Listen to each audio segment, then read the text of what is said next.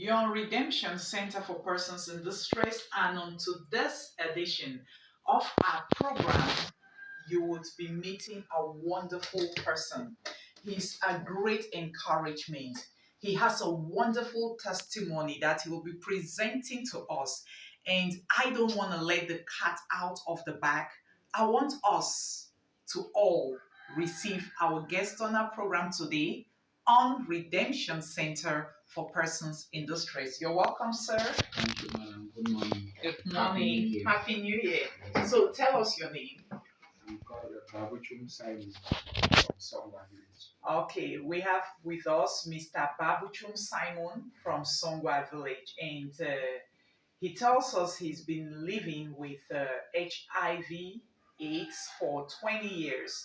He's been able to manage it, and we would be getting him tell us how he's been able to overcome this mentally and even with the stigmatization, especially at the beginning of this pandemic. Let's hear from him. So tell us, what's your story? How did you even realize that you were suffering from this disease that at that time was highly known to be deadly? Thank you, madam. I got up one morning. I wanted to brush. I realized that I had a partial stroke. So for that reason, I went to the hospital, right down to BBH, Bansor. So they run a series of tests for me and discovered that I was positive. So through that, I came back. By then, that was 2001, November 18, 2001. That was when And we are January 2022, 20, so it's over 20 years. Over 20 years. Okay. Thank you, madam. So when I came back, it was so difficult for me to tell my families, except one of my brother by name Ken Joseph. He's a wonderful man. So when I told him, even my wife, I was afraid to tell my wife because I never knew how I would stand before my wife and explain my situation to her. So my junior brother advised me to go to Yaoundé.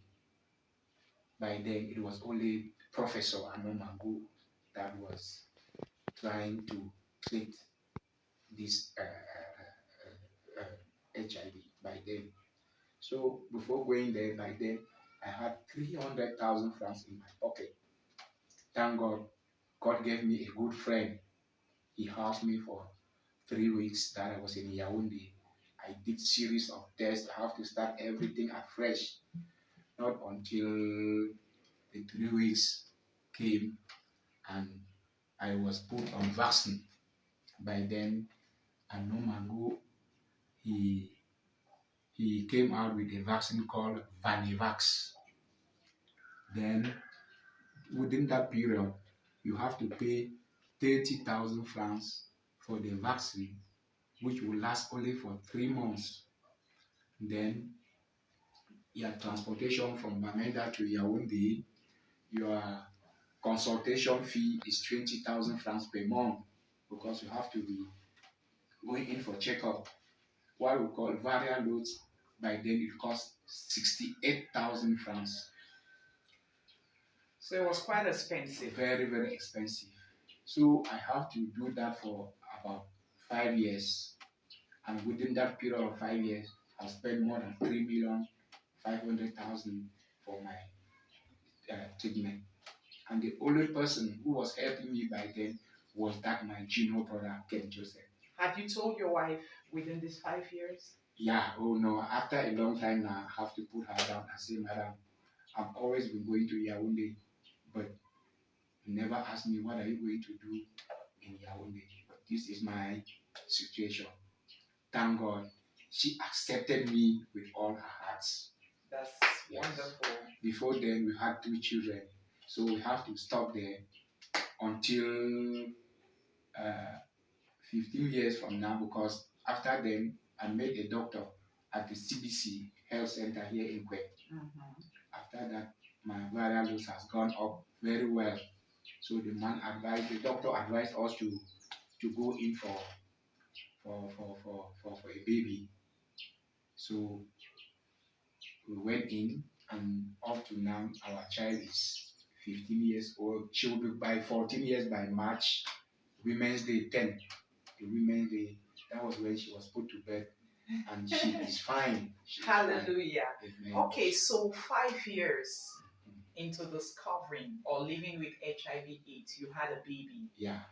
You are infected, and your Yes. wife is not infected. My wife not infected. So it is possible to live with HIV/AIDS Yes.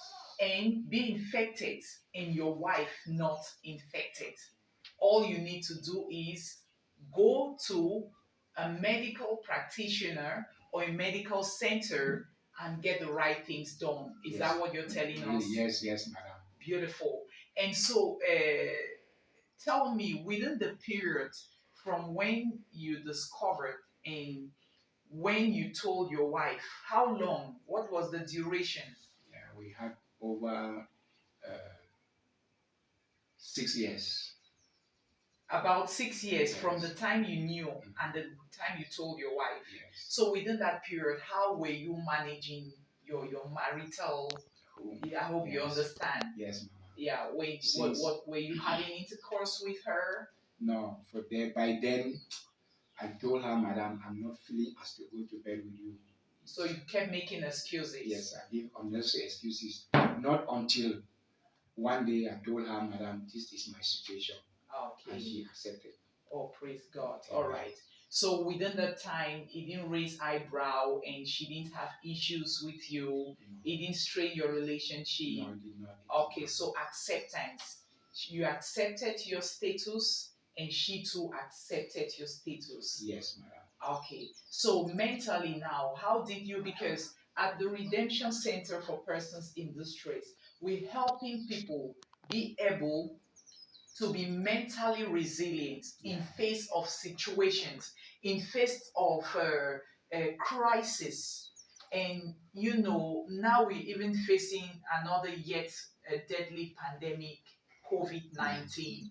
And there are many people who actually suffer, not because they are sick, they've been affected by COVID, but just the fear that just a little cough sometimes someone is just so afraid that. So can you tell our viewers how you were able to overcome that stigmatization, how you were able to overcome the fear of death, the fear that like you told me a while ago, before our interview began, that the first nurse that you met told you it is death, that death is the only solution. How did you handle that? Yeah, the first treatment of this epidemic is acceptance. When once you discover that you are affected, just accept it, very normal. That's the first treatment.